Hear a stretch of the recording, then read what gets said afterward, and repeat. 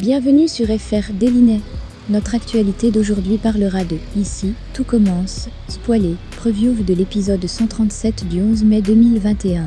Constance a révélé une histoire de grossesse déchirante en 1999. Salomé, agacée par les révélations de Maxime, se pose mille et une questions.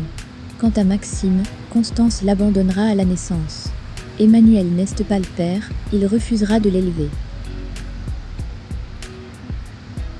Il conseille à Salomé d'aller à Constance pour obtenir des réponses à ses questions, mais par peur, elle veut d'abord parler à Théo et Charlène. Elle leur a avoué qu'elle ne pouvait pas croire qui étaient des demi-frères. Salomé doit être claire à ce sujet. En raison de sa relation étroite avec son père, Charlène a proposé de parler avec Emmanuel elle-même.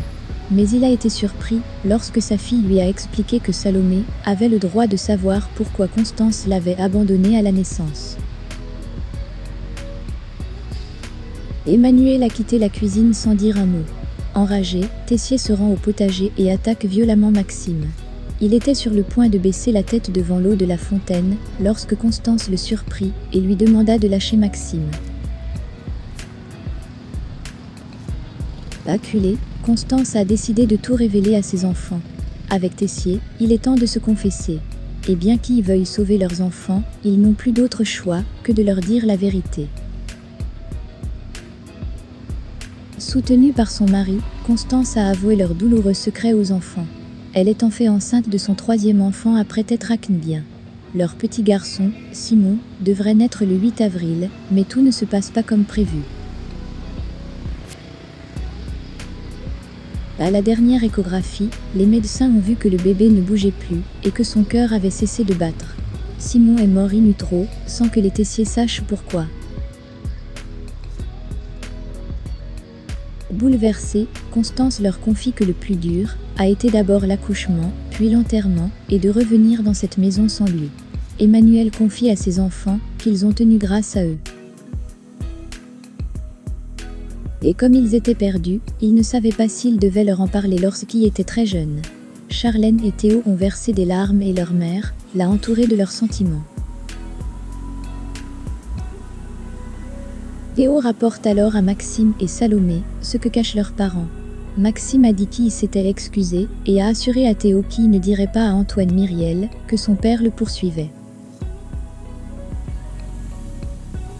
Après la mort de Théo, Maxime cesse de blâmer d'avoir causé la douleur à tant de gens, mais cela a poussé Salomé à ouvrir les yeux. Elle a décidé de retrouver sa mère.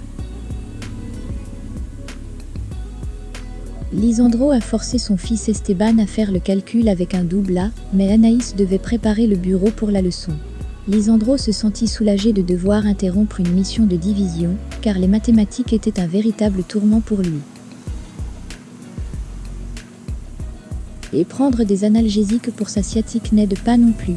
Anaïs et Lisandro sont complices, cela ne se débarrasse pas du garçon. D'ailleurs, Esteban demande alors à son père si Anaïs est son amant.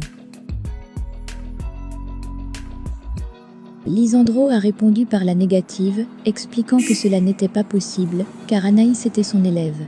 Après la cérémonie, Lisandro a voulu dissiper tout malentendu.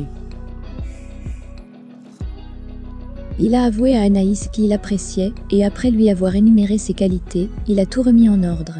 Entre eux, ce n'était que du professionnalisme, et il ne pouvait y avoir aucune ambiguïté. Anaïs a accusé le coup. Merci d'avoir regardé, et à la prochaine vidéo.